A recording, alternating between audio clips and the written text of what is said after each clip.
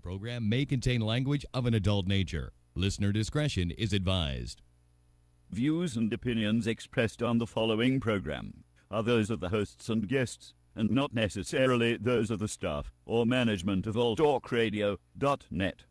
We think it's the banning of We are anonymous. And if you don't know, you better ask somebody. My boy Maxwell Silverhammer and my bottom bitch jerk man will set you straight with some good old true shit and none of that shit that irks me. Hey Maxie baby, I still got them videos. You fill my cereal port perfectly. Bitch.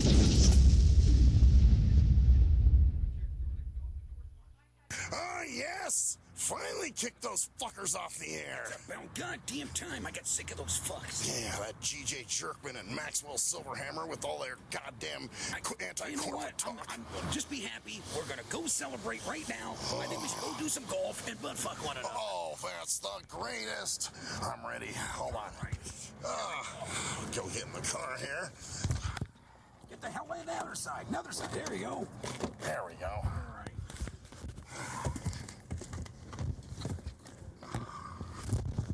Oh, this is a great day. I'm gonna start it up now. You ready? These bastards. Let's go. Yeah. Bora Bora, here we go.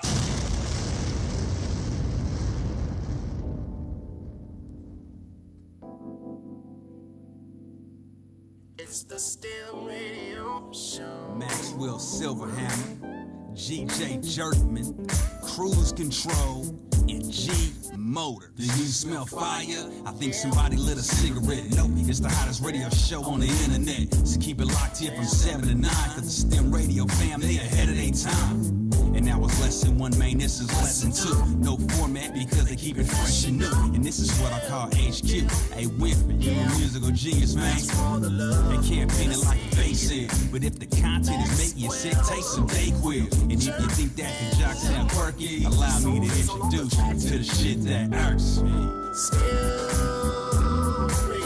Welcome to the STIM Radio Show, where the guy has more hair growing up his neck than he has on top of his head. Maxwell Silverhammer. Oh, yes, bitches! Oh, it feels so fucking good to be back. I gotta tell what went on Friday night. Friday night was crazy. So here it was. I was off Friday because I had an event Saturday, so I had to, just take the hours off for the week and whatever. So here it was. I was actually, I figured it was like 2:30, and I'm like, you know what? I'm going to take a little nigga nap. So I, sit in my chair and turn on an archive or some shit, and, well, I dozed off in the chair, and when I woke up, I'm like, fuck, wonder what time it is. It felt kind of late, but I figured, it's probably close to 5 or something. Oh, hell no. It was like 6:19. So I'm going, oh, son of a bitch. So I'm like, well, Cruise Control's supposed to Skype in, and I'm not there, and I missed my bus because my bus showed up, and it was gone. So I'm like, okay, and of course I checked my phone, and they had tried to call from the gate, and I couldn't buzz them in because I was asleep. So I'm like, all right. So I call Jerkman. I tell him what's going on. I'm like, I'm not going to be coming in, but I could probably Skype in. So he's like, all right, well, do whatever you do. So, because I'm sure they were here waiting for me and all that other bullshit. So then I call Cruise Control, and I tell him what we're going to do. I said, we're going to double Skype in. We're going to three-way in like we did that one time. So he says, okay, I guess that's cool. We can do that. So a little while later, Jerkman calls me back and says, well, you won't be Skyping in tonight. I'm like, well, why not? And he's like, because my pad took a shit.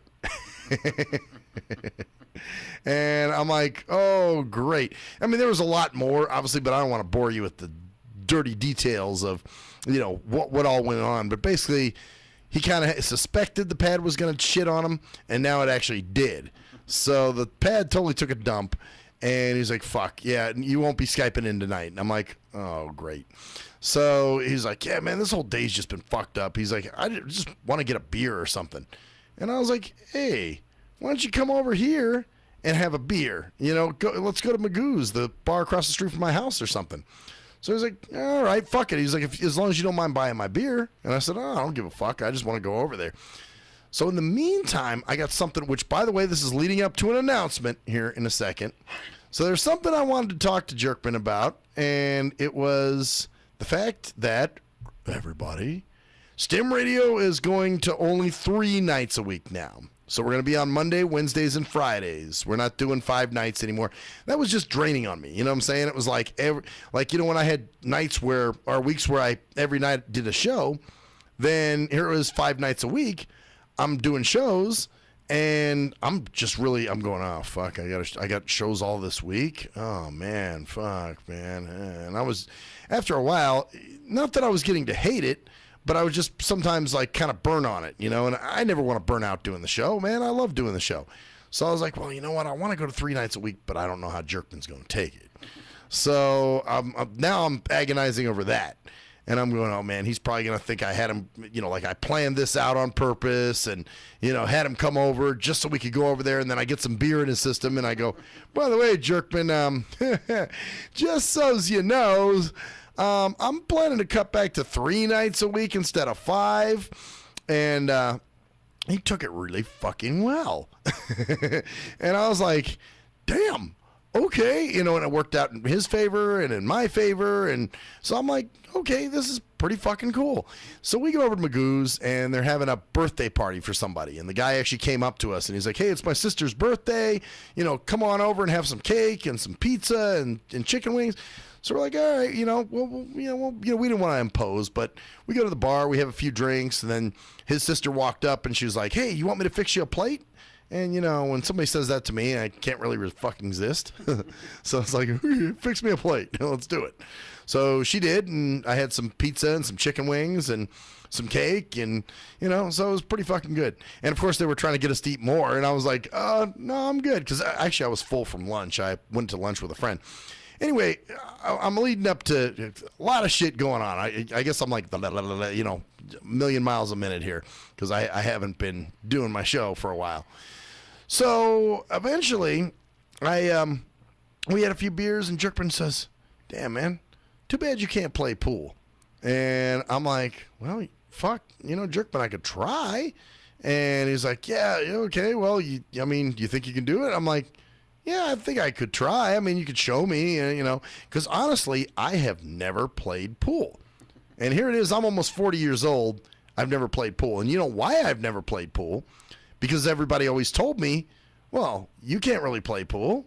You can't play pool. So, and this is why you never want to listen to these people, because people will tell you, oh, you know, you can't do this or you can't do that. And fuck, I remember when I was in junior high. Now, when I was a kid, I used to ski all the time. You know, not necessarily, well, actually, no, there was one time I won a medal for something, some competitive thing I did. So, but we used to ski. My parents used to take me up to, you know, Lee Canyon or one of those places, and, you know, we'd ski, and I had skis and the whole shit.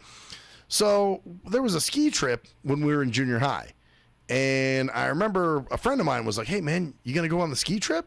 And I was like, oh, fuck, I didn't realize there was a ski trip. He's like, yeah, they posted it up right there on the wall. So I'm like, all right, you know, I'm down for that. I haven't skied in a while, but, you know, I would definitely be down to ski. So we go over and we talk to the dean. His name was Mr. Moots. And he was kind of a dumb, dumpy redneck motherfucker. And, you know, I tell him, I said, Mr. Moots, I'd be interested in going on the ski trip. So his first response, well, you can't ski, Max. And I'm like, how the fuck do you know what I can and can't do? You know? And I'm like, actually, yes, I can. I've skied before. I used to ski as a kid all the time. And he's like, well, we'd need some kind of notification from your parents that it's okay for you to go on the ski trip. So here it is now. This fucker's worried about liability. And, you know, it's like, well, you know, I got to jump through other hoops that other kids didn't have to. So at that point, I'm like, all right, you know what? Fuck you and your ski trip. I'm not going to bother with this shit. But anyway, that's the point, man. You get people to tell you shit, you know, as a kid. And this is why I'm always very hard on other blind people. Because there's so many blind people that are told by sighted people what they can and can't do. So they internalize it. And then, of course, they, you know, find out later, well, if they ever do find out, if they have the balls to even venture out enough, you know, half the time their parents and teachers and everybody got them scared of their own shadows. So now they're just going, well, I don't know, man. I can't do that. I'm blind. I can't do that. I'm blind. You know, and every excuse is because I'm blind. I can't fucking do it.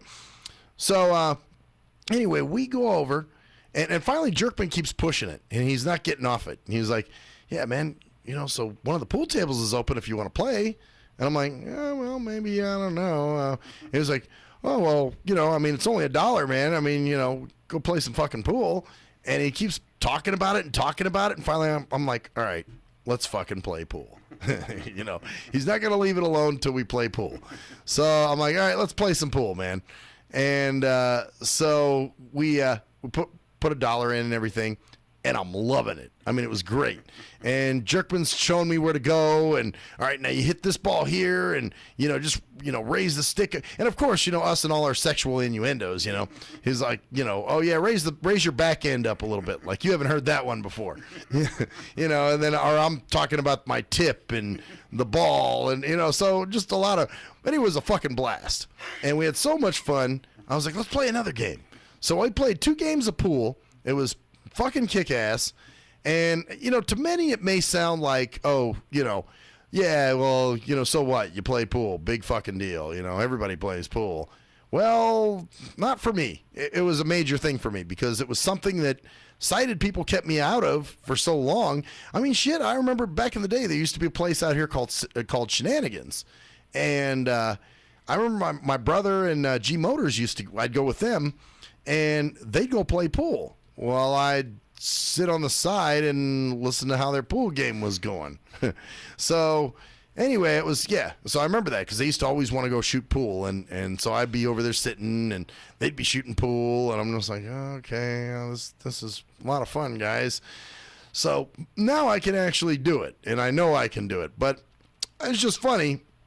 It took me till 40 years old to figure out that I can fucking play pool. So, man, you always got to try some shit once before you decide that you can't do it or, don't want to do it or whatever. If you don't want to do it, that's one thing. But truly in my mind, I thought that I couldn't do it. I was like, I can't fucking do this. I can't play pool. So, and man, meanwhile, I'm a pool playing motherfucker. I didn't play great. I wasn't, a pool room hustler or anything. But I did a decent job, and and it didn't matter anyway. It wasn't about winning. It's about getting into a game that other sighted people can play and being able to play with them. It's kind of like when Cruise Control and I used to play air hockey, and he always used to say, "Well, why don't you do this and why don't you do that?" And I'm like, "Well, this is what works for me." And he was like, "Well, don't you want to win?" And I'm like, "I really don't care."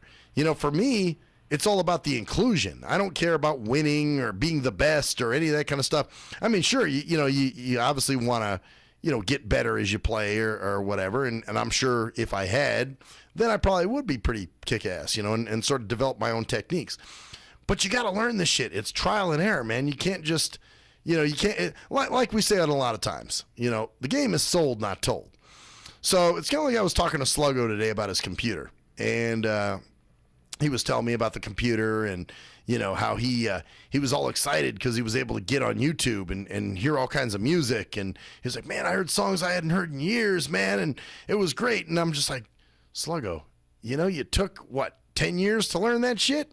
So, and he's like, yeah, man. But, the thing was, with the computer, everything was so, and this is where you have to change your mindset with certain things. And trust me, Mr. Routine Ranger, myself, yeah, I'm the biggest proponent of I hate change and I don't want to do anything differently and this is what works for me and if it ain't broke, don't fix it, and blah, blah, blah, whatever.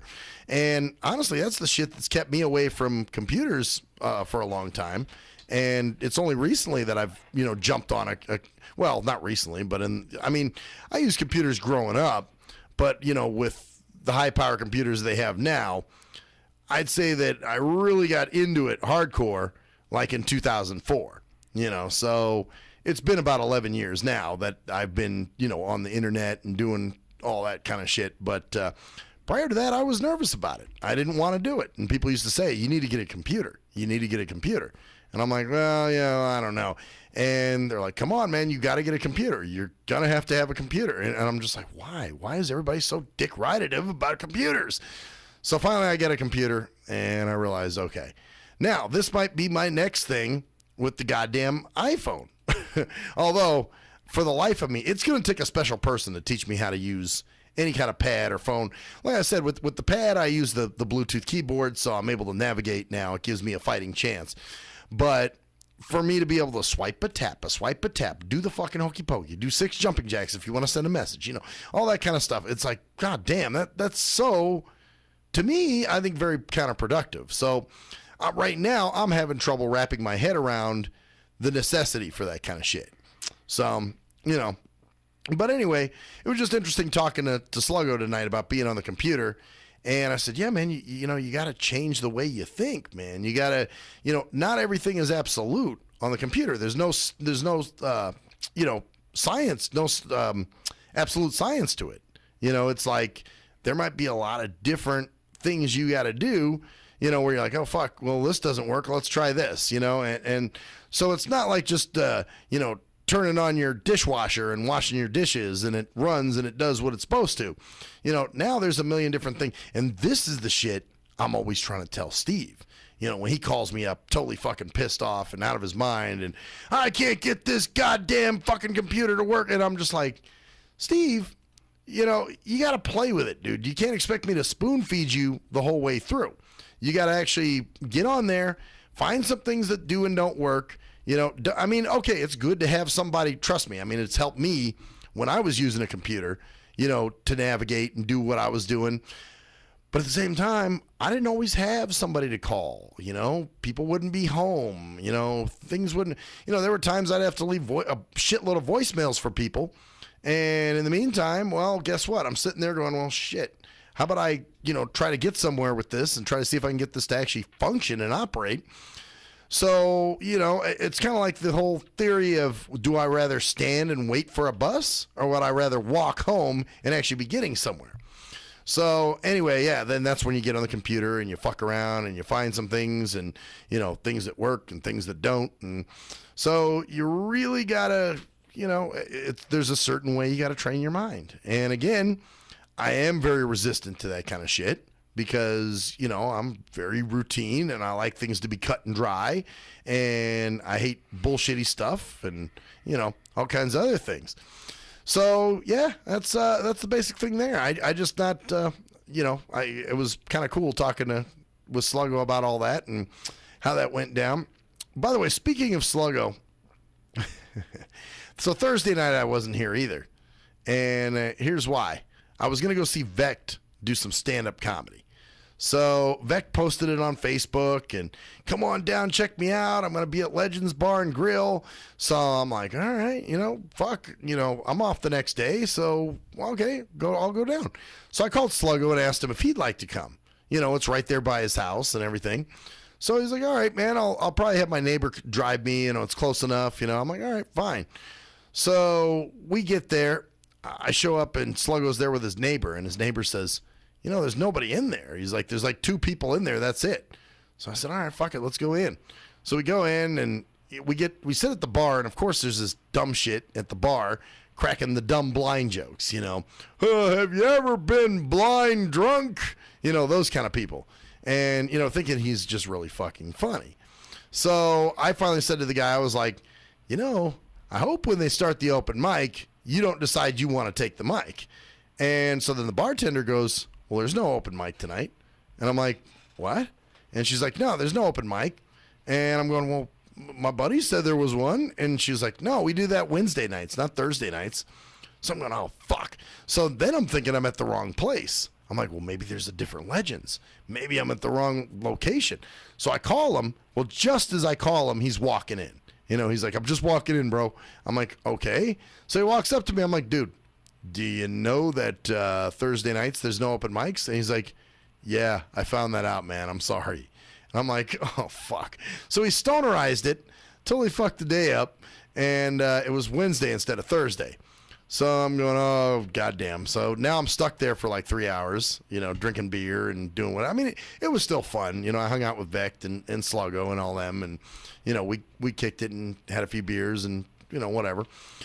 So eventually Vec took off because he said he took 2 buses to get there. I'm like, oh, Jesus Christ. And Sluggo, he called his neighbor to come get him. So I'm like, all right, I guess that leaves just me. So I was hanging out at the bar. Yeah, so there was no open mic, no nothing. And, I was just like, man, this is lots of fun. So, and I think it was, actually, no, you know what? It was kind of earlier that day when I decided I wanted to go to 3 nights a week rather than 5, because I was thinking, man, I had 2 bomb-ass shows this week, and I want to keep having bomb-ass shows instead of 5 mediocre motherfuckers. Anyway, we'll be right back, bitches.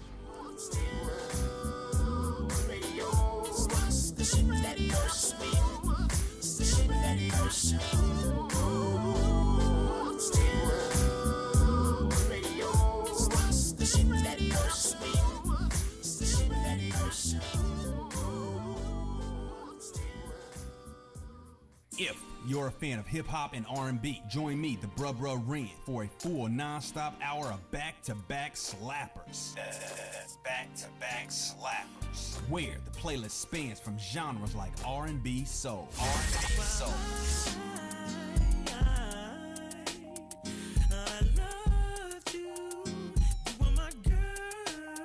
Hip-hop bangers like. 25 sitting on 25 mil, I'm in the building and I'm feeling myself. Rest in peace, Mac Dre. I'ma do it for the pay, okay? Getting paid, we'll holler whenever that stop. My team good, we don't really need a mascot. Classic throwbacks like. Well, I'm peeping and I'm creeping and I'm creeping. But I damn near got caught, cause my beeper kept beeping. Now it's time for me to make my impression felt. So sit back, relax, and strap on your seatbelt. You've never been on a ride like this before. Every Friday night at 9 o'clock Pacific Standard Time. And Saturday at midnight Eastern Standard Time. Only on the Tough Love Show on JNJ.FM. Hey, most people don't plan to fail, but a lot of people fail to plan, and it really don't have to be like that. What you know about an IRA or a tax-deferred 401k? What you gotta pay to the government? Ever heard of a tax-exempt retirement? That's info most folks don't know. What you gonna do if you live too long? What you gonna do if you die too soon? Can your spouse afford the house? Will your family go bankrupt if you get sick? You got a plan in place to cover medical debt? I'm not talking about Advil, I'm speaking on long-term ill. You ever seen a bill from that home where Big Mama went to live? It's like $73,000 a year. How you gonna pay for that? How you gonna pay for that? How you gonna pay for that?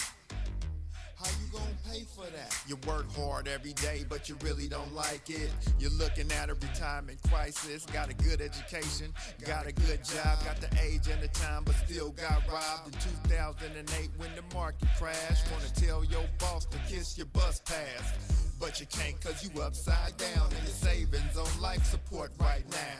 Said you can't cause you upside down and your savings on life support right now. So you wake up in the morning and you put on your game face.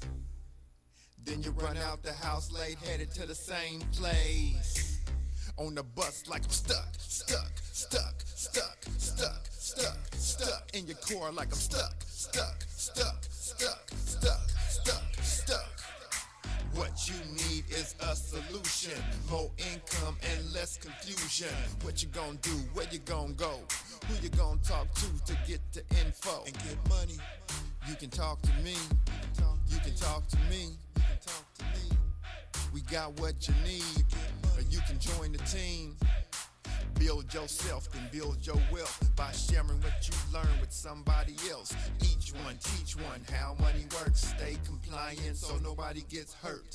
Move like a union, be ambitious. We all independent, follow the system. Move like a union, be ambitious. We all independent, follow the system. Hey, this is Travis. This song was recorded to get your attention. I have some powerful financial information that you should hear. The things that you need to put in place for a solid financial foundation in case you live too long, die too soon, if you become disabled or need to go into a home, or if you simply need access to a tax-free supplemental retirement or emergency fund. We have the information to put these proper plans in place in case any of these things happen. Contact me at my email. That's tkeetonwfg@gmail.com. That's tkeetonwfg@gmail.com. Let's set up an appointment, sit down at the kitchen table or coffee shop somewhere. I'll show you the information. If you have the need and the means, let's get it done. Or if you're looking for a business with a great compensation plan and a proven system, you should join the team. I know this business isn't for everyone, but it's one of those rare situations where if we all follow the system, it can be a win for all involved. The companies win, the clients win, or the families win, the brokers win. We're entrepreneurs, we're our own bosses. Everyone is a broker. We can make good money and travel around the world on the company's dime. Let's at least try to do it.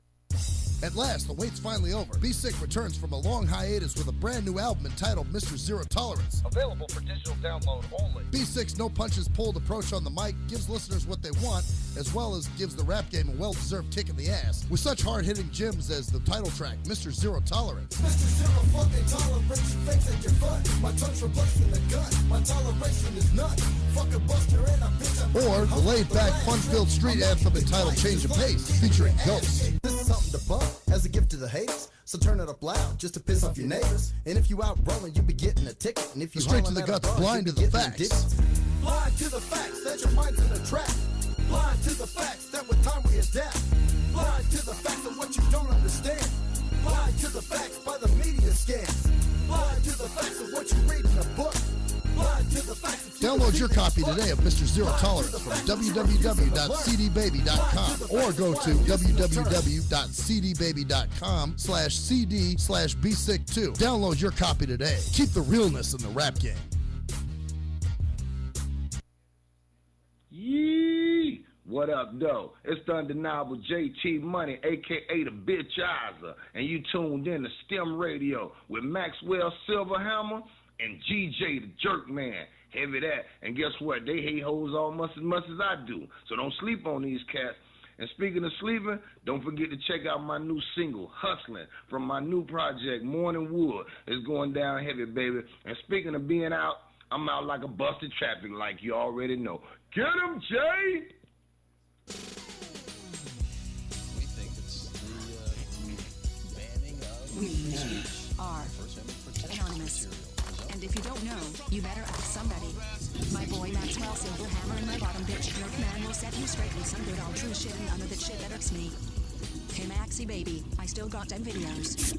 You fill my cereal port perfectly. Bitch.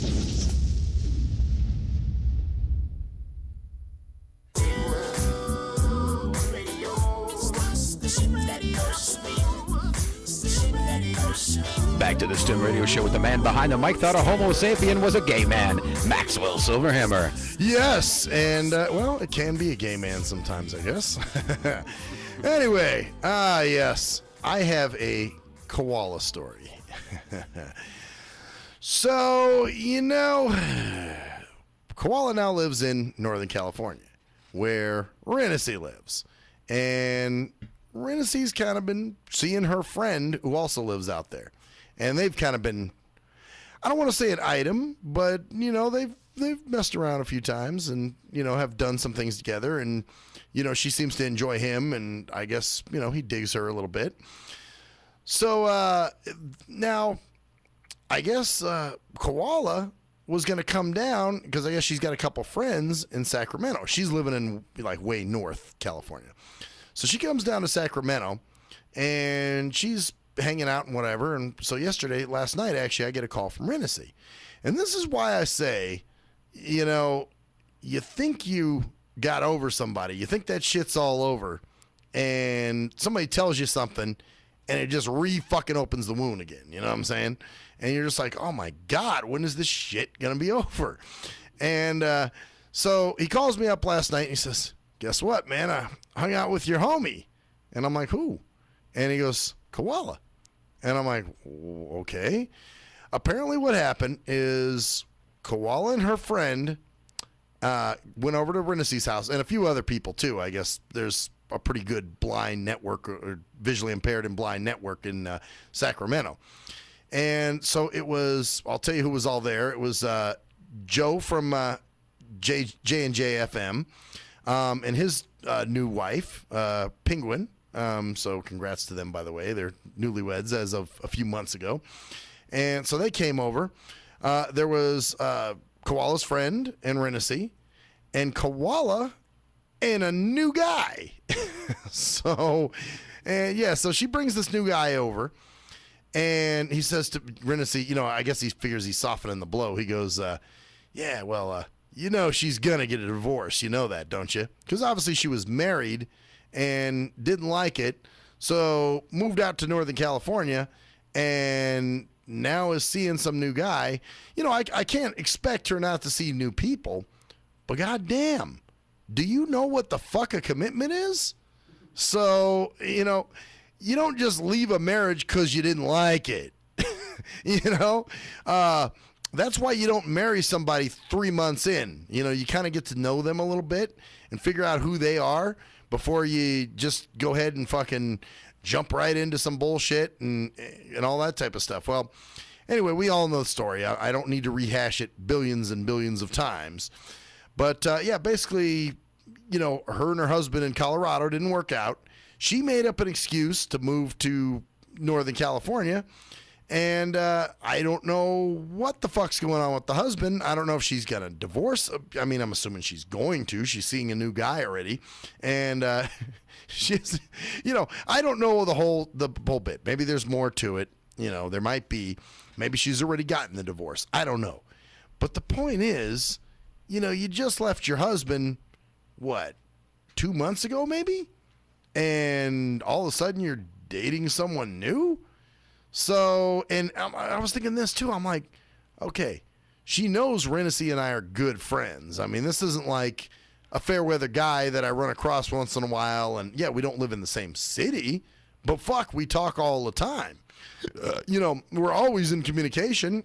We might go a couple weeks without talking, but we're still friends. I mean, we're still communicating. We call each other up and talk on the phone for long periods of time. I mean, as long as we can. Obviously, he's busy with his daughter. I'm busy with work and the show and all that kind of stuff. And, he's got his shit he does for, doing his radio stuff and his music and all that other stuff. So he's juggling all that shit. So he gets at me when he can. So anyway, I'm thinking, okay, this is a good friend of mine. You came over to his house bringing a friend with you, bringing this guy with you. Don't you think it's going to get back to me? Or is this a fucking game? And I mean, what are you doing? And then even Ren was saying at one point, he's like, sometimes she's very misleading. She's hard to read. And I said, well, what do you mean? And I said, she's very touchy-feely. And he said, and at one point, she even made a comment about, you need to call me, and here's my number, and, let's stay in touch. And I guess she had written him on Facebook a few months ago, or about a month ago or so, and said, hey, you're, I hear you're a great dad, and, I hear you do a great job. But this is somebody who clearly doesn't fucking know what a commitment is, which is bad. I mean, okay, I guess the rest of the world is that way. I'm the weirdo. I'm the loyal guy. I believe in being loyal to something or someone. That's why I've been here at All Talk for 8 years. That's why I've had the same job for I've done my job, the job I'm doing now, for 9, but I've worked for the same organization for 15. I've lived in the same house for 15 years. You know what I'm saying? So not only is it just routine, but it's loyalty, which I get put down for. You need to, how many people are, you need to get over that person, man. You need to get over that. I don't get over things. I'm loyal. You know what I'm saying? So if you fuck me over, I'm going to remember that for life. And, I'm not going to forget because I'm a loyal person. God forbid I'm loyal. And anybody who's loyal gets put down. Well, you need to just, you need to get up and dust yourself off, man. Pull yourself up by your bootstraps. You need to get going, man. Stop sitting there and dwelling in the past.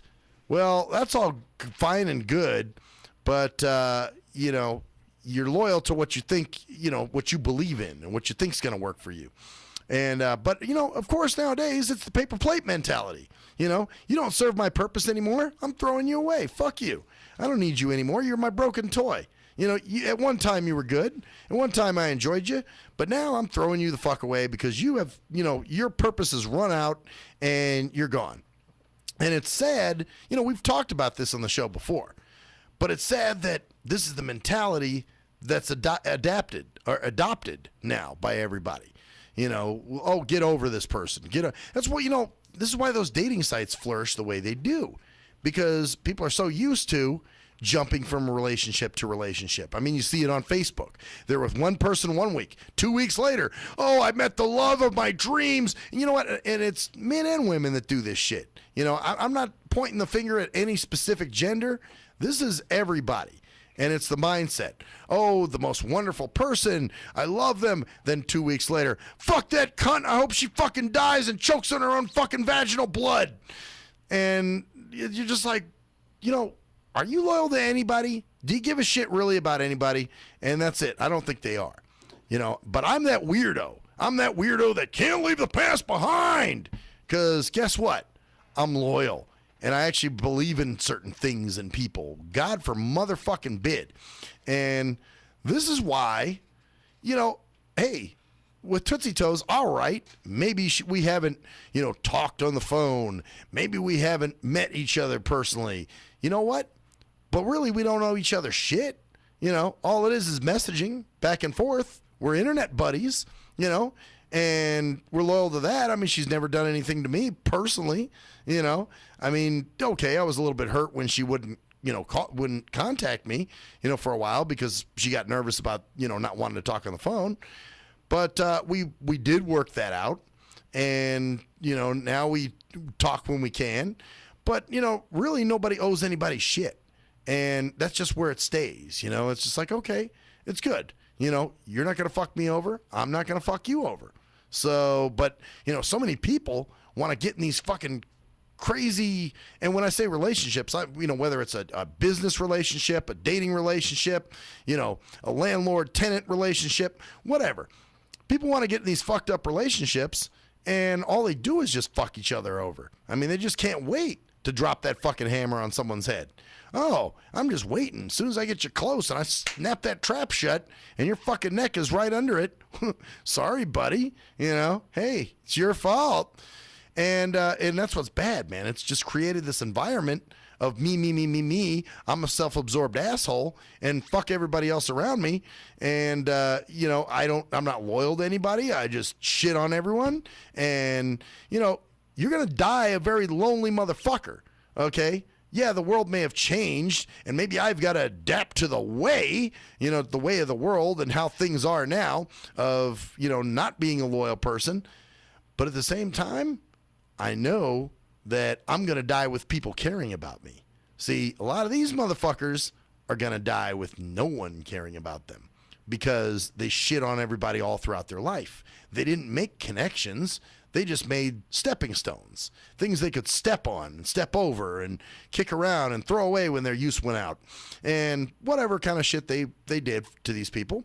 But, yeah, you're going to get old and realize you're a very lonely motherfucker. And the only person that's going to be there is you. So what do you do then? You and your fucking, well, who knows by then? I was going to say you and your iPhone or iPad, but, you know, by then, who knows what other technology we're going to have. But, yeah, there's no loyalty to shit. I mean, people are more loyal to material items. I mean, fuck. You bang your door against the side of someone's car and scratch their paint job, they're ready to fucking kick your teeth down your throat. But, you know, you kill their mother or child or something. Oh, well. You know, sorry. Well, we'll make a new one. Ain't no big deal. Just a family member. You know, it's no big deal. But hey, you scratch my car, you son of a bitch? Oh, no, motherfucker. You don't scratch my car. You don't step on my shoes. You don't fucking drop my iPad. But, you know, but as far as people, as far as, you know, acquaintances, I don't give a shit about them. So, yeah, that's the mentality now. Everybody's self-absorbed. It's funny because there's these kids that work in my building where I work. And we call them the frat boys. They're like these young kids. And they're these typical, impressionable, 20-year-old kids that, think that they're going somewhere in the corporate world. And this is probably their first real job in an office setting. And they're selling solar bullshit. I don't even know what the nature. I don't know if they're selling, getting your home set up for solar, or if they're selling solar panels, which, hey, the idea of solar is great. But the fact that so many people are monopolizing it and using it as a tool of getting rich quick, that's why I suspect it. And that's where I'm like, I don't trust it. I'm sorry. Until it becomes recognized, and this is what's bad, until somebody takes a hold of it, and it gets big, which makes it shitty, because that means corporate gym got a hold of it and they can fuck you with it. But at the same time now, corporate gym's already gotten a hold of it and found a way to fuck other people with it, and mainly these young kids that are coming up. So anyway, you got these young, impressionable kids that work in the building, and it's amazing. I mean, they seem like nice enough kids, but as far as brains, they're fucking stupid. And they're just not socially aware. I mean, the other day, this one guy, he's like spitting game at this girl, it's like another girl that works with him or something. And he's trying to be, he's trying to throw his Mac, niggle. He's trying to put his Mac down. And I'm walking behind them, and he's walking slow as shit. You know how most young kids walk nowadays. They're just, I'll get there when I do kind of mentality. And then there's another guy who walks up beside him. So the three of them are walking. He's trying to spit game at the girl. I think they're both trying to spit game at the girl, honestly. It's what it looked like, because he's trying to be funny. The other guy is trying to be funny. The girl's laughing at their shit. Finally, the one guy slows way the fuck down, and I'm coming up behind him. And the other dude finally sees me, his friend, and he goes, "Hey, bro, watch your back." And the guy turns around and sees me there. And he's like, "Oh, my bad, bro. I'm sorry." And I'm like, yeah, get the fuck out of the way. And then today, same shit. There's a kid just standing by the fucking water cooler, and I'm kind of like, okay, I'm waiting for a few seconds, and I'm like, is he gonna move? So finally, I figure I better make a move towards him and maybe bump him to let him know, hey, dude, get the fuck out of the way. And so finally, when I do that, he's like, oh, my bad, man. You gonna get some water? Like, no, nigga. I'm just going to, unscrew the valves for some fucking reason. So just no goddamn common sense, these kids. It's like they have no idea what's going on in the outside world. They're totally in Cyberville. And what goes on Facebook and Twitter and Instagram and all those other sites is more important than what's really going on in their real life. This is why you see so many accidents where people are texting and fucking driving, or talking on their phone and driving. And, you got to pay a fucking attention. And these are older people I've done this to. And like a buddy of mine was pointing out, the problem is, these kids aren't born that way.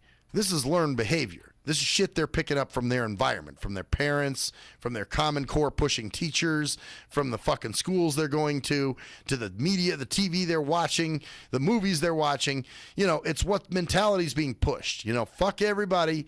It's all about you, even though there are billions of people on this planet, but that's beside the fucking point. Fuck those people. You're in your own little Facebook page. You're in your own little fucking Twitter. It's your world, man. You can do and say whatever the fuck you want. And, if you piss people off or you hurt people in the process, hey, who gives a shit? And that's why you see so much of this, stuff being uploaded, and kids getting bullied. Here's the kid, we fucking depantsed him and, beat the shit out of him in the bathroom. And here's the video of it. We're going to put it on our YouTube, man. Isn't this cool? This is us whooping Johnny's ass in the bathroom. So, hey, but it's your fucking YouTube channel, and no one can tell you what to put on your YouTube, and, but at the same time, having said that, I do disagree with, companies looking into your Facebook page, seeing the shit you're posting up there, and then making decisions on whether they're going to hire you or not based on what you're putting on your Facebook. I mean, really, they need to stay out of your personal life. What you do on Facebook in your personal time is your personal time. But everybody makes it like it's your God, and that's what you do. So if you say this on Facebook, that must be how you really are in real life. Or because I always get on Facebook and rant, I'm an angry person all the fucking time. I'm never happy. Nothing's ever good. I'm just a salty son of a bitch who's just mad at the world, who just wants to fucking tell everybody to take it up the ass. And really, I'm not that way at all. I'm just having fun. But that's how it is. Your Facebook determines you. So, you know what? Instead of your face and who you really are, your Facebook replaces your face. So that's what it is. Your social media site is all you now. And that's what you are. Your YouTube, your Twitter, all that type of stuff. So, unfortunately, it's created this environment. And like I said, I know we beat this to fucking death and we say it all the time. But you know what? We wouldn't say it if it stopped. So my rule is this: I'm going to continue bitching about it until it stops. Well, okay, maybe bitching about it isn't going to fix the problem. I understand that and acknowledge that. But at the same time, I'm not going to sit and fucking just let it. The worst thing you can do is give in and say, well, it's just the way it is. Celine Dion, oh, that's the way I jizz. That's the way I jizz. Fuck that. I'm not, that's the subtlety for you. That's what I always talk about. Society that's so willing to settle for any fucking thing. They just let everybody, let their corporations, let government just sit back and dictate. As long as they got fucking Kim Kardashian, as long as they got sports and whatever the fuck that is, WWE and MMA and HIV and whatever stupid fucking, fighting bullshit sports they're into, then, hey, they're happy. Leave them alone. So, they're not hurting you, right? Actually, they don't give a shit. And that's it. It's just people doing dumb shit because they figure they can. And, it's all about you. It's all about, people are now, they're material items, they're possessions. You can throw them away, get rid of them. So, yeah, I mean, it's pretty fucking amazing to me that, going back to Koala, this is the person that was, her big concern was that I wasn't moving to Colorado that quick. Well, see, I understand something called commitment, and you evidently don't, which is kind of funny because you claim to be that Christian that loves everybody. You probably aren't even committed to God. I'm sure if Satan came down and was like, I can promise you eternal life, fuck what God's talking about, you'd start becoming a Satan worshiper. Because you're weak. That's what kind of person you are. You don't stand for shit. You just jump on the next best thing. So, hey, let Satan fucking, that's what they say, Satan tempts you. Well, I bet he does. I bet he tempts very weak-minded motherfuckers like that. And he probably conquers. So it's just kind of funny. Where I know where I fucking stand, if Satan tried to approach me and say, I'm Satan, here's eternal fucking life. Well, sorry. I don't believe, that's a whole nother thing. Satan, to me, that's just kind of a joke. It's just kind of funny. But I do believe in God. But no, I'm not into all the other crazy shit. Anyway, that's a whole nother talk on religion and, all that other stuff. But yeah, these are the same people, that push traditional values and, being that good old hard-working Americorn and, all that type of stuff. Well, that's funny because, here it is.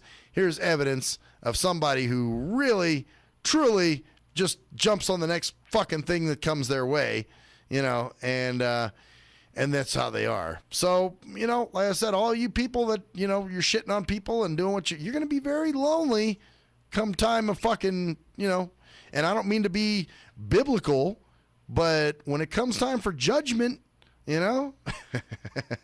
all I got to say is it's going to be a sad world. You want to know what hell is? You're about to go. You're about to tell me. Matter of fact, I know there's a lot of Christians who are probably headed to hell quicker than I am. And they're going to get to enjoy hell a lot quicker than I ever would. So, before you start condemning people and pointing your little bullshit finger, and saying, I'm going to hell and I'm going to be, yeah, really? Okay. We'll see who gets to hell first. I'm guaranteeing you're going to win. And, because you're a weak-minded motherfucker. And that's how these fucking people are. It's amazing. It's all about me. And people say, and that's why I get so pissed off when AK says to me that I'm entitled and that I think I'm a fucking, it's all about me. No, it's all about me when it's necessary to be all about me. But, when it comes to having respect for people around me, hey, look, I understand respect, and I also understand loyalty. It's more than I can say for most of the fucking people today, So, yeah, when she says that to me, I'm just like, yeah, really? You have no clue. It's kind of like, somebody who's been hanging around you for months and years and yet still hasn't learned who you really are because they don't care to, because they think they know who you are, which in the next segment, I actually have something about that, about somebody who, about a situation where somebody thinks they know you and they have no fucking clue and they've created something in their own mind. Anyway, we'll be right back, bitches. Shit that fucking irks me.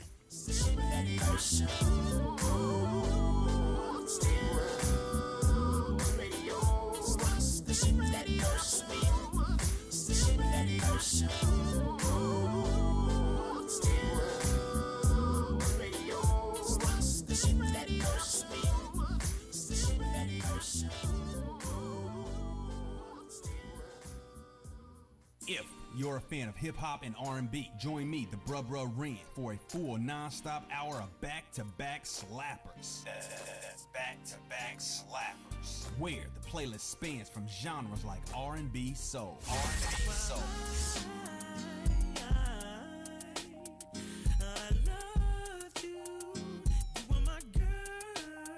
Hip-hop bangers like. Sitting on 25 mil, I'm in the building and I'm feeling myself. Rest in peace, Mac Dre. I'ma do it for the bay, okay? Getting paid, we'll holler whenever that stop. My team good, we don't really need a mascot. Classic throwbacks like. Well, I'm peeping and I'm creeping and I'm creeping. But I damn near got caught, cause my beeper kept beeping. Now it's time for me to make my impression felt. So sit back, relax, and strap on your seatbelt. You've never been on a ride like this before. Every Friday night at 9 o'clock Pacific Standard Time. And Saturday at midnight Eastern Standard Time. Only on the Tough Love Show on JNJ.FM. Hey, most people don't plan to fail, but a lot of people fail to plan, and it really don't have to be like that. What you know about an IRA or a tax-deferred 401k? What you gotta pay to the government? Ever heard of a tax-exempt retirement? That's info most folks don't know. What you gonna do if you live too long? What you gonna do if you die too soon? Can your spouse afford the house? Will your family go bankrupt if you get sick? You got a plan in place to cover medical debt? I'm not talking about Advil. I'm speaking on long-term ill. You ever seen a bill from that home where Big Mama went to live? It's like $73,000 a year. How you gonna pay for that? How you gonna pay for that? How you gonna pay for that? How you gonna pay for that? You work hard every day, but you really don't like it. You're looking at a retirement crisis. Got a good education, got a good job, got the age and the time, but still got robbed in 2008 when the market crashed. Wanna tell your boss to kiss your bus pass, but you can't cause you upside down and your savings on life support right now. Said you can't cause you upside down and your savings on life support right now. So you wake up in the morning and you put on your game face. Then you run out the house late, headed to the same place. On the bus like I'm stuck in your car like I'm stuck. What you need is a solution, more income and less confusion. What you gonna do, where you gonna go, who you gonna talk to get the info and get money? You can talk to me, you can talk to me. We got what you need, or you can join the team. Build yourself and build your wealth by sharing what you learn with somebody else. Each one, teach one how money works. Stay compliant so nobody gets hurt. Move like a union, be ambitious. We all independent, follow the system. Move like a union, be ambitious. We all independent, follow the system.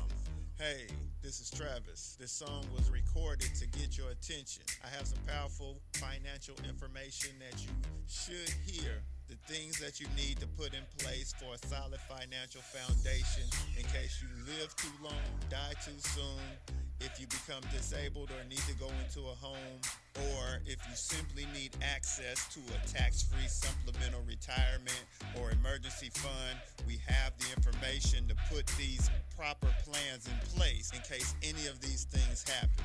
Contact me at my email. That's tkeetonwfg@gmail.com. That's tkeetonwfg@gmail.com. Let's set up an appointment, sit down at the kitchen table or coffee shop somewhere. I'll show you the information. If you have the need and the means, let's get it done. Or if you're looking for a business with a great compensation plan and a proven system, you should join the team. I know this business isn't for everyone, but it's one of those rare situations where if we all follow the system, it can be a win for all involved. The companies win, the clients win, or the families win, the brokers win. We're entrepreneurs, we're our own bosses. Everyone is a broker. We can make good money and travel around the world on the company's dime. Let's at least try to do it. At last, the wait's finally over. Be Sick returns from a long hiatus with a brand new album entitled Mr. Zero Tolerance. Available for digital download only. Be Sick's no punches pulled approach on the mic gives listeners what they want, as well as gives the rap game a well-deserved kick in the ass, with such hard-hitting gems as the title track, Mr. Zero Tolerance. Mr. Zero fucking tolerance, you fakes at your fun. My tongue's replacing the gun. My toleration is none. Fucking buster and a bitch. Or the laid-back, fun-filled street anthem entitled Change of Pace, featuring Ghost. This is something to bump as a gift to the haters. So turn it up loud just to piss off your neighbors. And if you out rolling, you'll be getting a ticket. And if you Straight to the guts, blind to the facts. Blind to the facts that your mind's in a trap. Blind to the facts that with time we adapt. Blind to the facts of what you don't understand. Blind to the facts by the media scans. Blind to the facts of what you read in a book.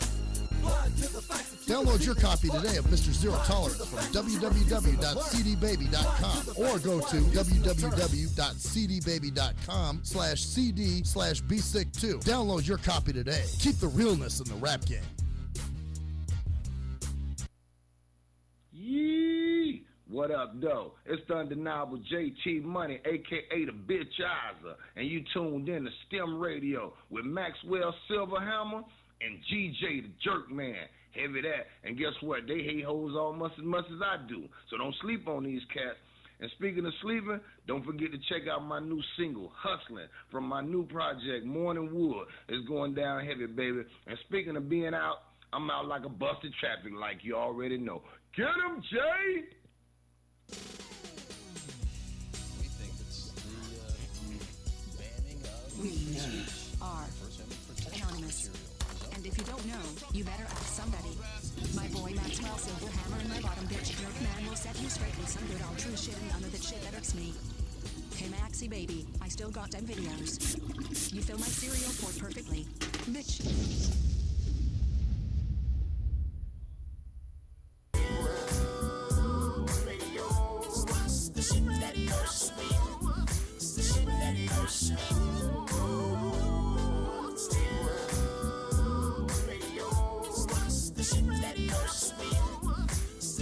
Back to the STIM Radio Show with the man behind the mic is just getting behind the mic, Maxwell Silverhammer. Oh, yeah. And I'm back behind the mic where I belong. Okay. So now I got a little bit of an SMJ. Actually, it's kind of a big SMJ, I think. So we'll see. And looks like I've been told that there's a few extra listeners tonight. So if you are new people, the SMJ report is basically me making fun of sighted people for the stupid shit they do and say. The Sighty McJesus report. Hey, there's a blind man. Don't worry, blind man. I'm here. I'm going to save you. Just hold on. I'm coming. Don't worry. You're in it, bud. Everything's all good. Gotta save that blind man. Gotta save him from danger. Gotta save that blind man. Gotta save him from strangers. Yeah. All right.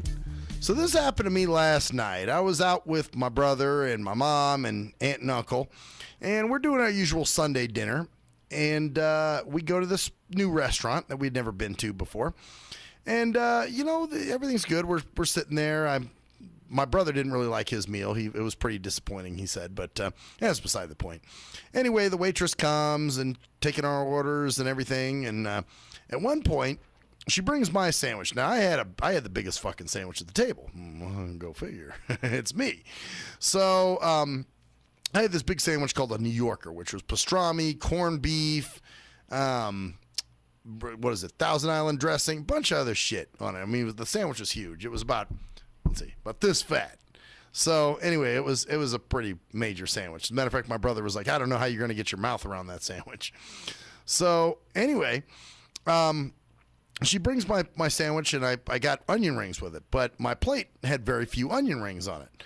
So she's like, oh yeah, don't worry about that. She's like, I'm going to bring you a whole nother plate of onion rings. And I said, oh, okay, cool.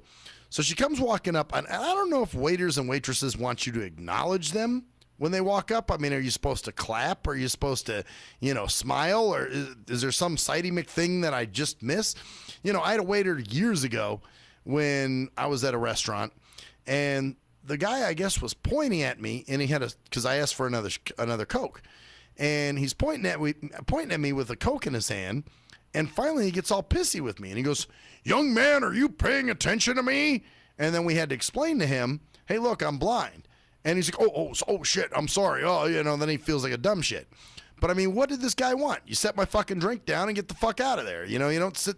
What do you want? You want a cookie? Want a doggy treat? Here you go. Here, Fido. Here you go. That was a goodie. You did a good job. Yeah, you were good. Thanks for my cokey poo, for doing your goddamn job. Well, back to this waitress now. So she comes up and she does something, and she goes, can you see me at all? Because she said something about my plate of onion rings. And she goes, can you see me at all? I'm like, no. And she goes, aw.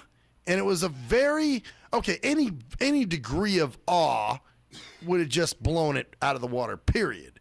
But the length of this awe was, aw, very pity-stricken awe. And even like I said, any degree of would still turn me off, and still make me kind of angry. But anyway, she goes, well, you're very handsome. And I'm thinking, thank you, you fucking condescending, self-important cunt. So she walks away, and, then my brother, of course, a lot of people, because, and see, this is where sighted people don't get it. They see somebody of the opposite sex, showing interest in you, and or whatever they imagine it to be. Well, they think that they're into you, when really you're trying to explain to them, no. All it is they're being condescending. You're getting oh, my little retard, that's cute. That's all you're getting. It's just somebody who thinks of you as a no more than a fucking 2-year-old. But a lot of sighties, they're going to say their thing and do their little bit of bullshit, where, oh, well, maybe she likes you, because my brother started that. Oh, man, I don't know, Max, man. I don't know, man. She might dig you. She might be into you. And I'm like, no, she's not into me. And, of course, he was like, I don't know, man. You might want to circle that one back around, which I don't know if that was something he heard in a country song. It just sounded like some machismo country fucking ladies man shit, you know what I'm saying? Something they'd say in one of their songs, gonna circle that back around, take that bitch right into town, take her to my house and take her to the bed and lay her deck on the ground, some shit like that. And, but it was like, what the fuck? So anyway, I'm trying to explain to him, I'm like, no. And of course my mom jumps in. I don't know, I think she may like you. I don't know, you could check it out. She may like it. I'm like, no. And even if she did, and okay, I'm not disputing that maybe she didn't like me. I'm saying that maybe she was into me, but into me in the wrong way. She was into me because of who she thought I was. She had this idea of, oh, he's this, oh, poor blind guy. I could do so much for him. I could be that person that he's always wanted. He's probably never had a girlfriend in his life. And now all of a sudden I'm going to show him things that he's never seen before. I'm going to give him rides. Like the fucking Tammy Weller bitch, okay? I'm going to fucking just put it out there. Fuck you. You know, the crazy bitch that hung the monkey on my door. You know, that was the one who wanted a fucking, you know, a baby, wanted a little doggy to feed. And, you know, when she came over and was doing the whole, well, do you want me to take you to the store? Do you want me to do that? Well, what do you think? I'm some kind of fucking shut-in? You know, that I just, you know, sit here all day and go, oh, man, I guess I'll eat the carpet because I just fucking ate all my goddamn ramen noodles, you know, and then I start chewing on the walls and the sheetrock and, you know, the carpet and tables, whatever, you know, just because and here comes fucking, you know, Savior Tammy McWeller, bitch, to fucking pull me out and bail me out. And, you know, oh, I could take you to the store. I could do things for you. So what it is, they see you as this project. You know that. Women love that shit. I mean, even Marcus Melton talked about that. You know, that's why they go for drug addicts and jailbirds and losers and shit. It's because they want a project. They want something they can fix. So later they can feel like Mama Vaginal Blood, you know, who fixed the whole fucking situation. And so, you know, that's how this woman was. I think she was looking at me as, oh, my little retard, my little retard. Yeah, hold his dick when he takes a piss. My little retard, my little retard. Then hold his cock with my throbbing fist. You know, it's what it was. She didn't see me as a man or as an equal or as, oh, damn, he's hot. I got to check him out. No, what she saw me as is, aw, blind guy. Oh, you know what? I feel sorry for him. You know, I don't want a sympathy date. You know, fuck all that. You know, fuck you and your sympathy. Go fuck a retard. You know, pull a Monica. You know, and you go, you know, to the fucking Opportunity Village dance and go pick up on men there. Pick up on men that will take those advances. You know, I don't like these people that prey on you. You know, because and from what they said she. Oh, then they throw this in. Well, she's pretty. Fuck you. You know, and so you know that they're like, well, she you know, she's not bad looking, and you know, she might be interested in. Oh, well, then let me tell you the best part. So you know, they're pushing it and whatever. So then she comes back, and my brother's saying, oh yeah, I'm finished with my food. You know, even though he killed his whole plate. I mean, it was nothing. I mean, he had a pretty small meal, and she's like, well, would you like some more food? And he's like, no, I'm good. I'm fine. And she's like, well, you got big muscles. You need more food. So that was the point where when she walked away, my brother's like, well, maybe I was wrong. And I'm like, yeah, I think you were, man.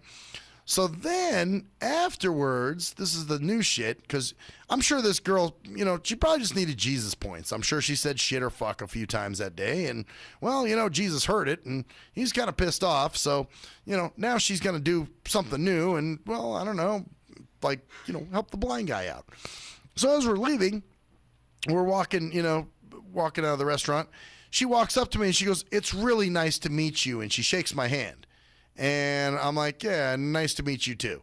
And then, of course, that shit starts back up again as we're walking out, my brother and my mom. And it's the whole, you know, I don't know. She may like you, man. I don't know. You may want to give that a second thought. And I'm just like, look, guys, you don't understand. You know, don't you think of 40 years of being blind, I know when people are being condescending, oh, you're just reading into it too deep. I was born this way.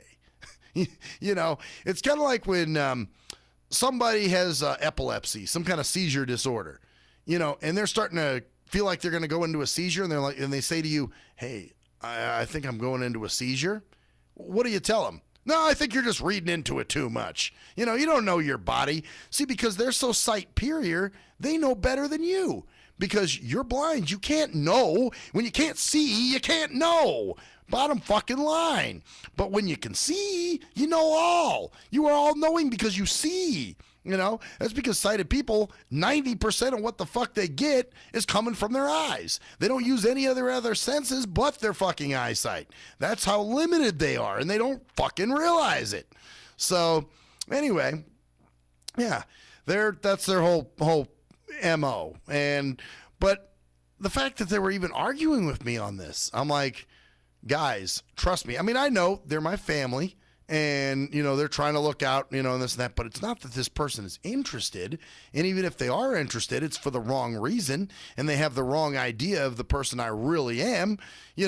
Believe me, if that waitress sat and watched this show and heard me talking, there'd be no way she'd be interested, because what? Huh? I'm the dirt on the CD, man. I'm that blind guy that has a mouth that says what's on my mind, that's independent and self-sufficient and competent and confident. So, now all of a sudden, they're not used to that. They want subservient little blind guy. That was the problem with that Tammy bitch. She didn't like the fact that I got on the air and told the fucking world that I really didn't, about my experience with her and how much of a fucking doorknob she was. Okay? Anybody who says, well, you can't use a credit card, don't fucking tell me what I can and can't do, you stupid bitch. You've never been around. See, I love this too. These same people that, and Sideys love to back each other. They all fucking go to bat for each other. Well, maybe they're just trying to help. Why do you back fellow sighted people? When you see something wrong, it's something wrong. Bottom fucking line. Don't fucking sit and back somebody, that's doing something, fucked up. And with these kind of people, obviously, and I totally lost my goddamn train of thought, and it wasn't even Jerkman or derailing me this time. I'm fucking amazing. I'll get it back, though. So, yeah, basically their number one defense that they love to use is, well, maybe they haven't been around someone blind. Okay, that's great, and that excuse probably would have washed in the 1920s. It's now 2015, and anything you want to know, you can look up online. What's the buzz phrase of the day? Look it up. So when everybody's saying look it up every few minutes, why don't you look it up if you don't understand? However, now, these same people that say they've never been around a blind person and you've got to fucking cut them slack and you've got to help them and sorry for their ignorance, but you've just got to deal with it. On the same breath, they're the same people who can tell you everything you can and can't fucking do. Well, how the fuck is that? If you've never been around somebody who's blind and you don't know what their capabilities are, how the fuck can you tell them what they need to do and what they can and can't do? You can't. You're a fucking idiot. Bottom line. I wonder how many times I say you're a fucking idiot on this show. Probably a lot. Probably too many. Maybe we should start counting. I don't know. But, yeah, it's just funny to me that in one breath, they show their ignorance and then, other sighted people back them like no fucking tomorrow. And then in the next breath, well, you got to understand, I don't know. I've never been around blind people. Then how can you tell me what I can and can't do? You're the same people that tell me, well, you can't use a credit card. How do you know that? You been around a blind person before? No. Then how the fuck do you know I can't use a credit card? Well, if I went blind, let me just demonstrate something. Just took my shoes off. All right? Now you want to take these shoes and put them on yourself?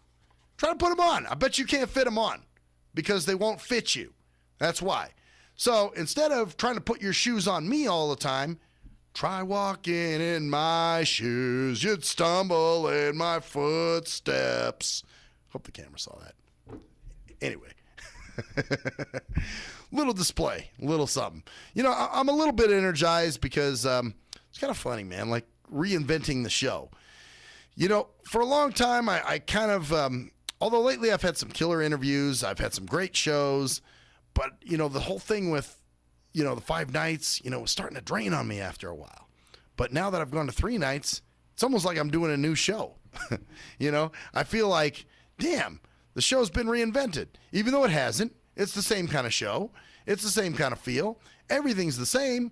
And to those watching, especially for the long time people that have hung on, and I thank you all for being long time listeners and being down with the show for, 8-9 years, whatever. But at the same time, to me, it feels like a brand new show, like I'm doing something new. And so I feel really good about it, man. I feel I don't know if it's rejuvenated. You know, sometimes I guess it's like the person who's, well, I hate to make it, you know, this analogy, but, you know, when somebody's suicidal and they finally come to the decision that they're going to kill themselves, they're probably the happiest they've been in months because they've arrived at a decision.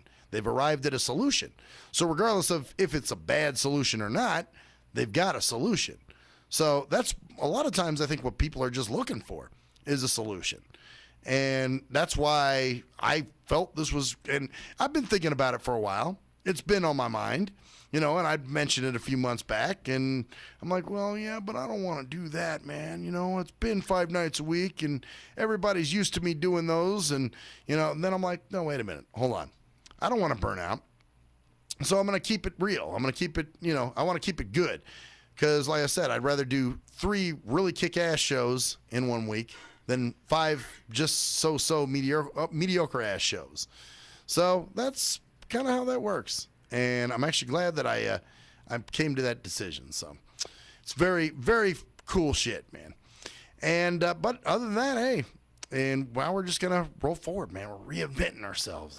That's what we're doing.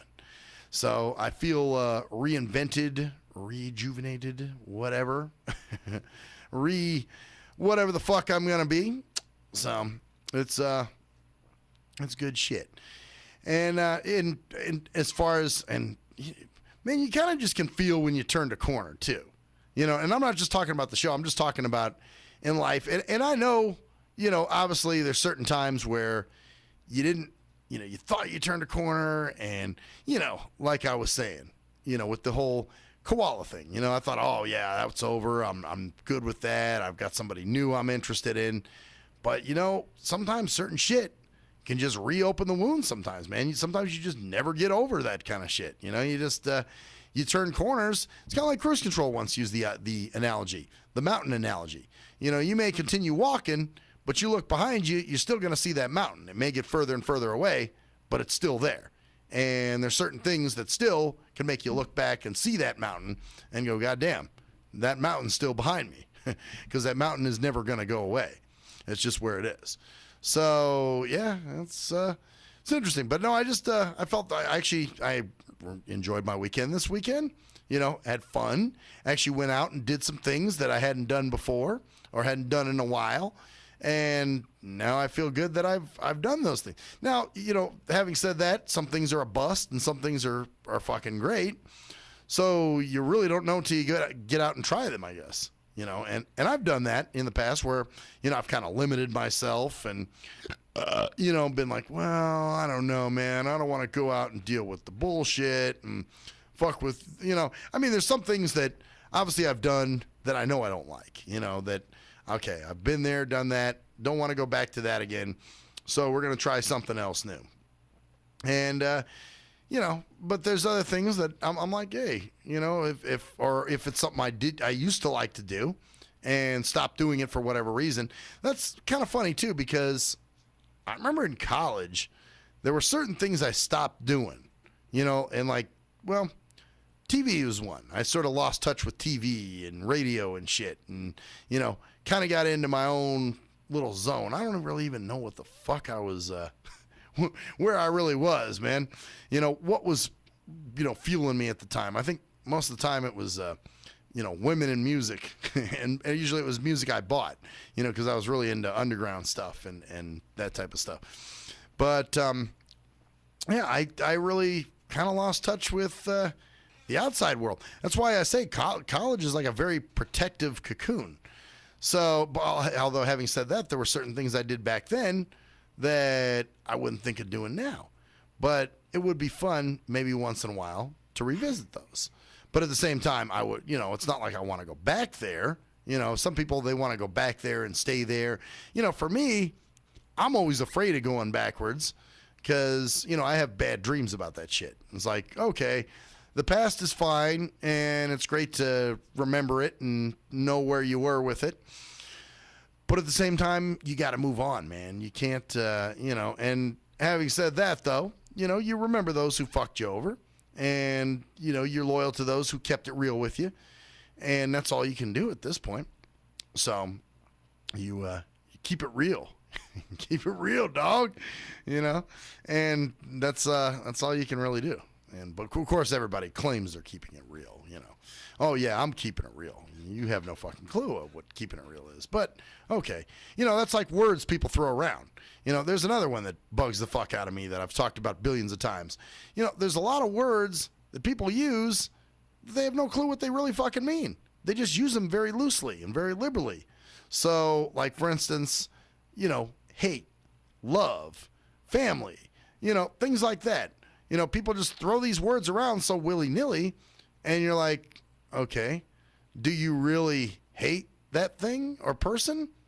Probably not, because hate's a pretty fucking powerful word. Have you ever felt hate in your life? Probably fucking not, because if you did, you'd know what hate really meant. Same thing with love. You know, everybody claims they're in love, you know, and that they love something and, you know, this type of thing. I love you. You know, how many times have I heard someone say, I love you like a brother? Bullshit. You need to shut the fuck up with that dumb shit. Or people call each other family all the time. You know, how many times I hear people say, what up, fam? We're not family. I don't fucking know you. You're not related to me. You know, that's another thing. On Facebook, I've had people actually, so-and-so has added you as their fucking family member. Click here to accept that. And I'm going, no, I'm not going to be your goddamn family member. I don't know you. I'm not related to you. You're not my family member. You know, if we're not from the same fucking bloodline, then we're not family. So quit trying to say, oh, yo, we're fam. Fuck you. We're not fam. Or real. There's another word that people throw around all the time. And funny enough, the people that are really claiming to keep it real the most are probably some of the fakest motherfuckers that you ever met. So, yeah, it's just, it's interesting. Or good is another one. You know, people claim that they're, oh, I'm a good person. I'm a caring person. No, you fucking aren't caring. You're an evil, black-hearted son of a bitch. And you'll fuck anyone over at the drop of a hat. So, you know, that doesn't make you a good, caring, you know, oh, I'm a caring soul. Fuck you. What, because you saved a dog from running into the street? You think you're a caring person? No. You're just a jack-off who needed some Jesus points. You know, you just saw, I mean, and there are certain things that are, you know, reflexive. You know, like you see, like we're saying, the dog running into the street, you'd probably try to stop him. I think that's just a normal instinct of any person, you know, with a working brain.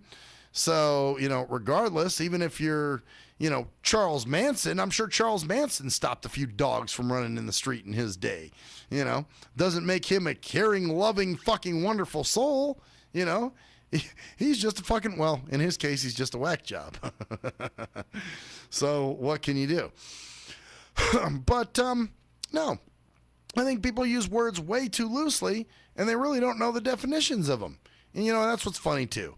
You know, you have things like dictionary.com. Look up some of these words you're using. You know, think of the context of how you're using them. Do you really feel that way, or are you just saying the shit because it sounds good? You know, a lot of times, you know, it's almost like, and this is why I call it the drug addict society, because not only do we want happy all the time and things that feel good all the time, you know, we can't experience any discomfort, God forbid, but also, you know, people are in the moment all the time.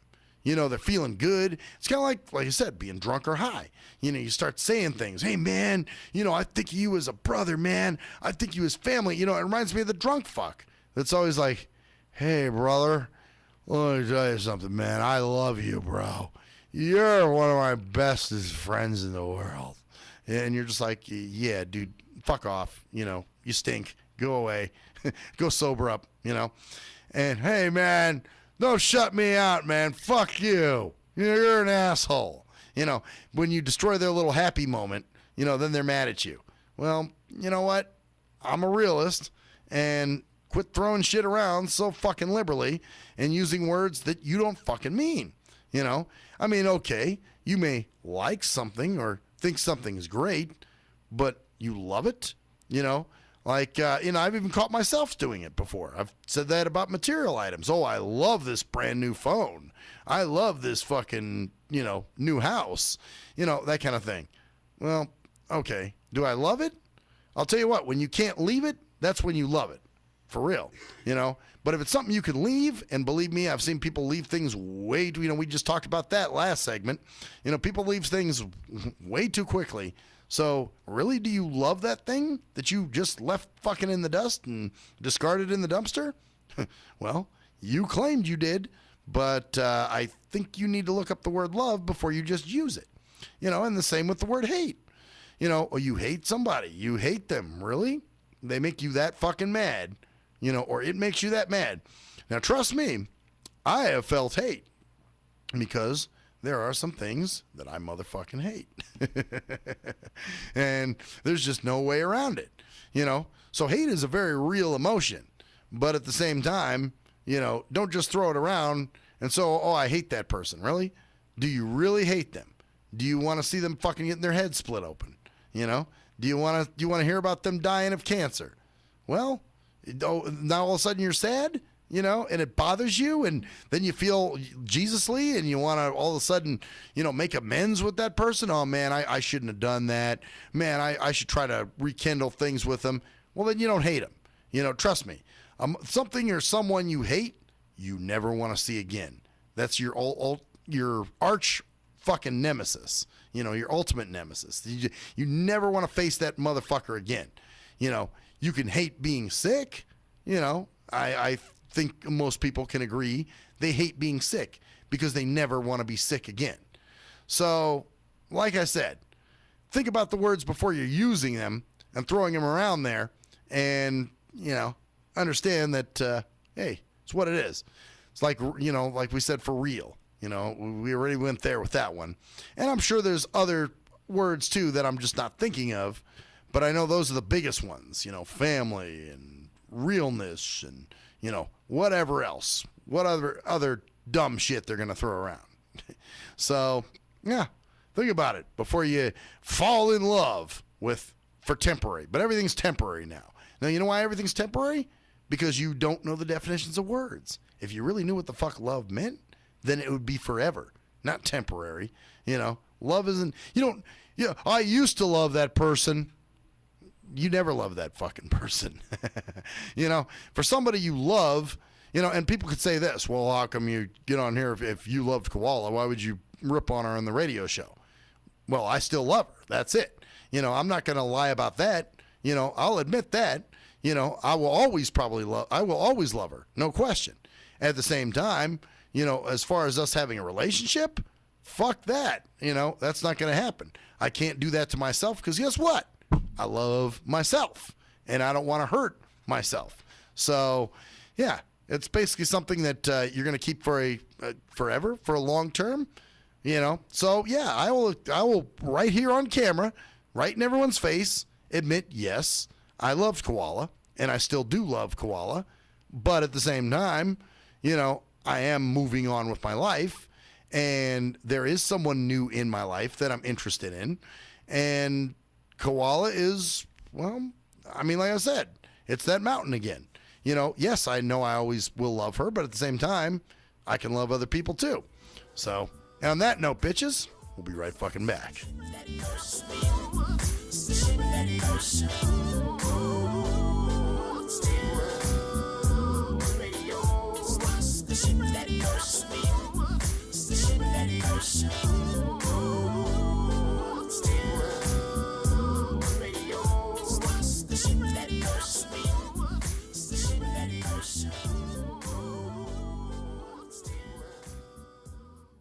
If you're a fan of hip-hop and R&B, join me, the Bruh Ren, for a full non-stop hour of back-to-back slappers.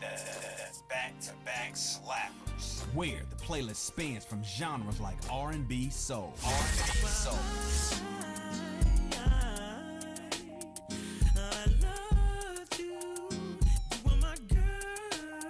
Hip-hop bangers like 25 sitting on 25 mil, I'm in the building and I'm feeling myself. Rest in peace, Mac Dre. I'ma do it for the pay, okay? Getting paid, we'll holler whenever that stop. My team good, we don't really need a mascot. Classic throwbacks like. Well, I'm peeping and I'm creeping and I'm creeping, but but I damn near got caught, cause my beeper kept beeping. Now it's time for me to make my impression felt. So sit back, relax, and strap on your seatbelt. You've never been on a ride like this before. Every Friday night at 9 o'clock Pacific Standard Time. And Saturday at midnight Eastern Standard Time. Only on the Tough Love Show on J&J.FM. Hey, most people don't plan to fail, but a lot of people fail to plan, and it really don't have to be like that. What you know about an IRA or a tax-deferred 401k? What you gotta pay to the government? Ever heard of a tax-exempt retirement? That's info most folks don't know. What you gonna do if you live too long? What you gonna do if you die too soon? Can your spouse afford the house? Will your family go bankrupt if you get sick? You got a plan in place to cover medical debt? I'm not talking about Advil, I'm speaking on long-term ill. You ever seen a bill from that home where Big Mama went to live? It's like $73,000 a year. How you gonna pay for that? How you gonna pay for that? How you gonna pay for that? How you gonna pay for that? You work hard every day, but you really don't like it. You're looking at a retirement crisis. Got a good education, got a good job, got the age and the time, but still got robbed in 2008 when the market crashed. Wanna tell your boss to kiss your bus pass, but you can't cause you upside down and your savings on life support right now. Said you can't cause you upside down and your savings on life support right now. So you wake up in the morning and you put on your game face. Then you run out the house late, headed to the same place. On the bus like I'm stuck in your core like I'm stuck. What you need is a solution, more income and less confusion. What you gonna do, where you gonna go, who you gonna talk to get the info and get money? You can talk to me, you can talk to me. We got what you need, or you can join the team. Build yourself, then build your wealth by sharing what you learn with somebody else. Each one, teach one how money works. Stay compliant so nobody gets hurt. Move like a union, be ambitious. We all independent, follow the system. Move like a union, be ambitious. We all independent, follow the system. Hey, this is Travis. This song was recorded to get your attention. I have some powerful financial information that you should hear. The things that you need to put in place for a solid financial foundation in case you live too long, die too soon, if you become disabled or need to go into a home, or if you simply need access to a tax-free supplemental retirement or emergency fund. We have the information to put these proper plans in place in case any of these things happen. Contact me at my email. That's TKEETONWFG@gmail.com. That's TKEETONWFG@gmail.com. Let's set up an appointment, sit down at the kitchen table or coffee shop somewhere. I'll show you the information. If you have the need and the means, let's get it done. Or if you're looking for a business with a great compensation plan and a proven system, you should join the team. I know this business isn't for everyone, but it's one of those rare situations where if we all follow the system, it can be a win for all involved. The companies win, the clients win, or the families win, the brokers win. We're entrepreneurs, we're our own bosses. Everyone is a broker. We can make good money and travel around the world on the company's dime. Let's at least try to do it. At last, the wait's finally over. Be Sick returns from a long hiatus with a brand new album entitled Mr. Zero Tolerance. Available for digital download only. Be Sick's no punches pulled approach on the mic gives listeners what they want, as well as gives the rap game a well-deserved kick in the ass, with such hard-hitting gems as the title track, Mr. Zero Tolerance. Mr. Zero fucking tolerance, you fakes at your fun. My tongue's replacing the gun. My toleration is none.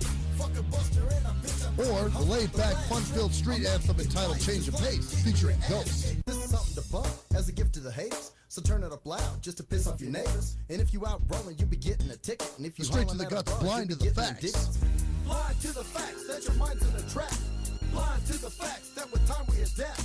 Blind to the facts of what you don't understand. Blind to the facts by the media scans. Blind to the facts of what you read in a book.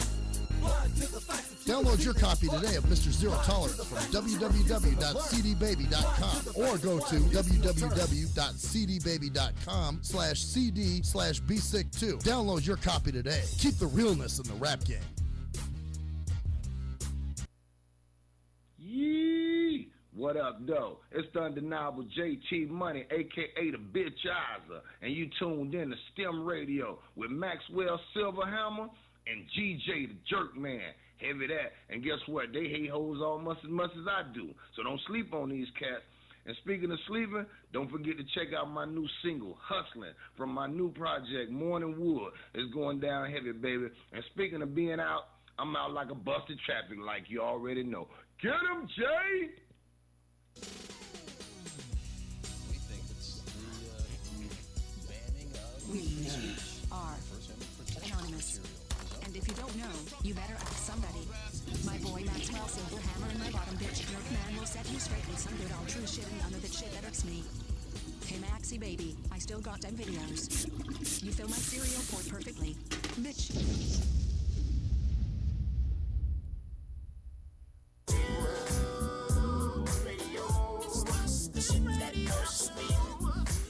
Back to the STIM Radio Show with the man behind the mic has been pissed, if you haven't been able to tell. Maxwell Silverhammer. I'm never pissed. I am a very happy-go-lucky person, you know?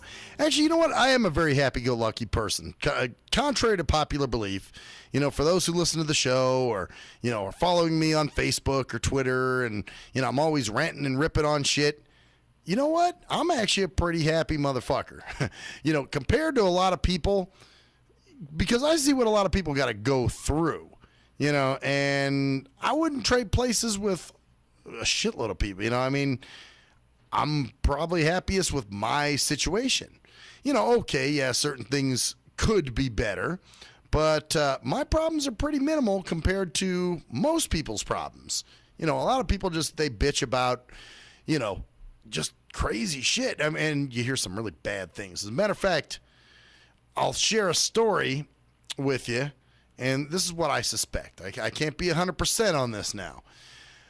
But today I get a call from one of my coworkers, and, you know, we serve everybody through the mail pretty much without saying, you know, what it is we do. But we have somebody in our database who is a Spanish-only person.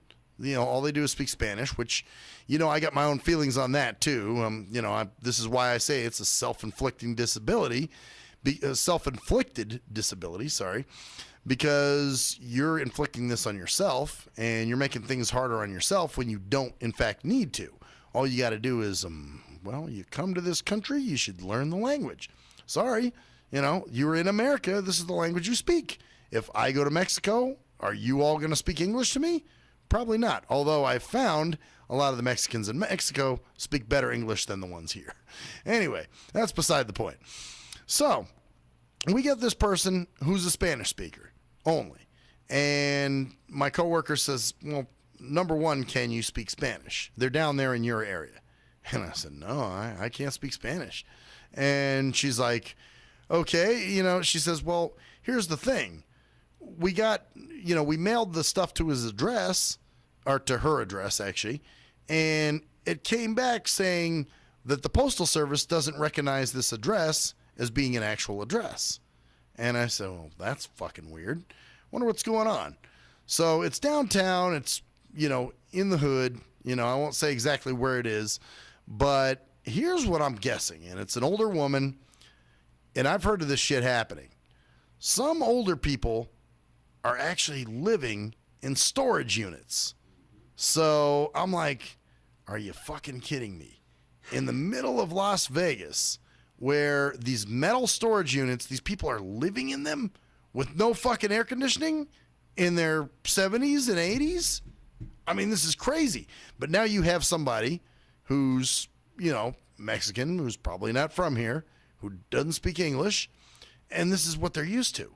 So they don't have a problem living in a storage shed. But I mean, you hear this shit of these seniors living in these storage sheds, or, you know, you hear about people that are fucking terminally ill and bedridden and all kinds of other crazy shit. And I'm like, hey, you know, my problems aren't that bad.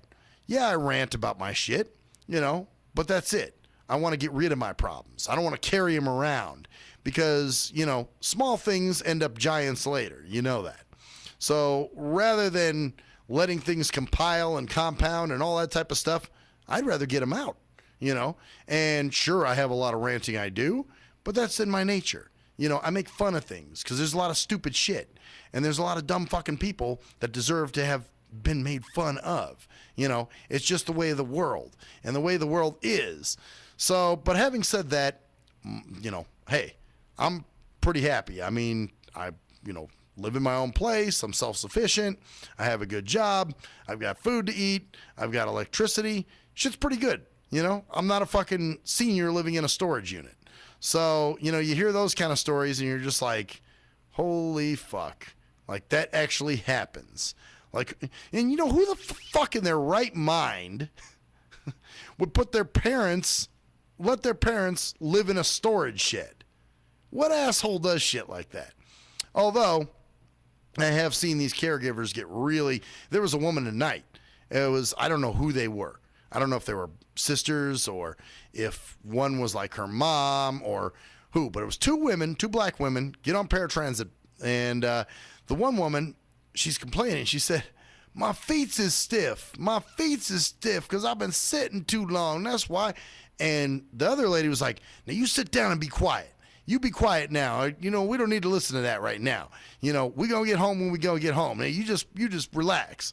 And, you know, then, of course, she's, you know, complaining that she has to take a pill and that she's having pain. And, of course, the woman that's the caregiver is going, now, you be quiet. You just sit there and be quiet. We'll get a pill when we get home.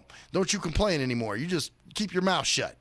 And I'm just like, wow. You know, oh, that must be my bus. Let's see how far away it is, just out of curiosity. I want you to have arrived. Well, let's see here. Oh, this might give a passenger number. So if it does, I'll start talking. Let's see. Oh, duh. Passenger alert. All right, we'll keep the number now. Arriving in about 9 minutes to 60. 9 minutes. All right. All right.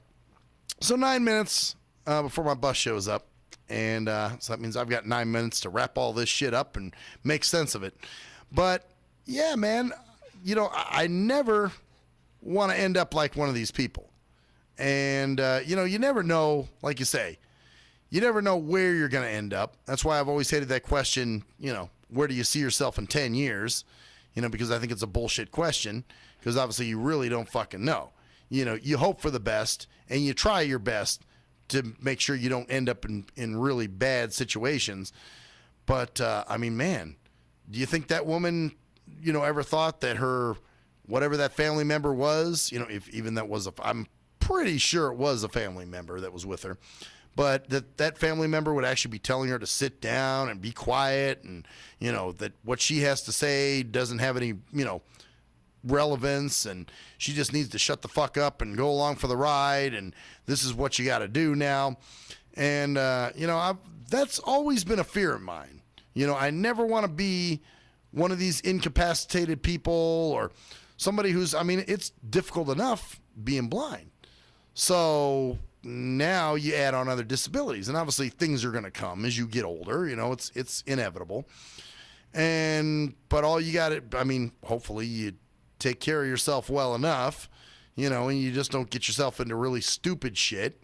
And, you know, there's some things that I probably could be doing much better, probably eating better and, you know, taking care of myself better, not drinking on the weekends as much as I do, you know, but, hey, fuck it, man. Life, you know, you live life. And I never want to end up, I'll tell you right now, I never want to end up like these people in these senior homes, you know, that wind up having to go to assisted living because they can't live on their own anymore and it's too hard to live by themselves, or, you know, and two, they got family members that start making their decisions for them. You know, they become, you know, what's that word? They become official or guardian, what do they call it? Official guardian or power of attorney or whatever that's called. And you're going, oh, man, you know, I never want a guardian. I mean, this is the shit I fight over all the time. You know, people thinking I have a caretaker or some, you know, handler or something. And, you know, I never want to fucking deal with that. You know, I never want to have, you know, be dependent on needing assistance like that. You know, if I'm going to go, I want to go at home, you know, at night in my sleep, you know, just really easy, you know, don't have any health issues or prolonged shit. Because I'll tell you what, the day I got to go into an assisted living or any of those kind of places, that's the day that shotgun goes in my mouth. You know, I'm sorry. I will take that over fucking going to any of those type of places, you know, that will, and I have my own beliefs, obviously, about, you know, that kind of thing. But, and I find suicide to be a very weak way out in a lot of cases. There's another thing. You know, you get so many people that are willing to, that want to kill themselves because of stupid reasons. You know, I see it all the time, you know, especially on Experience Project. People are talking about, you know, wanting to kill themselves and I'm thinking about killing myself. And really, you know, I see an 18-year-old kid talking that stupid shit. And you're like, dude, what the fuck is possibly going on in your life right now? Oh, let me guess. Britney Spears' new CD didn't drop when she said it was going to drop, right? Is that what the big problem is? It's like, really, dude? You know, when I was 18, I was care fucking free. That was the problem. You know, I thought that everybody was on the up and up and things were done the way they were supposed to be done. And, you know, women didn't lie and men didn't lie and people weren't scumbags trying to rip you off. But now, obviously, you find out the truth. So, you know, you're 18 years old and you're talking about killing yourself and doing something stupid. You're a fucking moron, bottom line. So I don't feel sorry for you, you know. So I actually, this guy and I kind of got into it. And he's like, oh, that's good. You know, make fun of an 18-year-old for wanting to kill themselves. And I'm like, yeah, because you're a goddamn moron. You know, I could see if you were terminally ill and or something, you know, was just irreversible and your life was just never going to be the same again and you would have no quality of life, then okay. Then I got you. But, hey, you're perfectly able-bodied. You know, you can do the fucking world is at your fingertips right now, and you're talking about killing yourself? Because why? Because a girl broke up with you? Because you're depressed? Give me a fucking break. Anyway, bitches, having said all that, I heard the music rolling. There we go.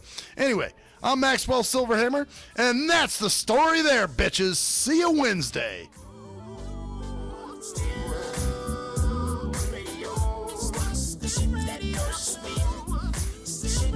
Show.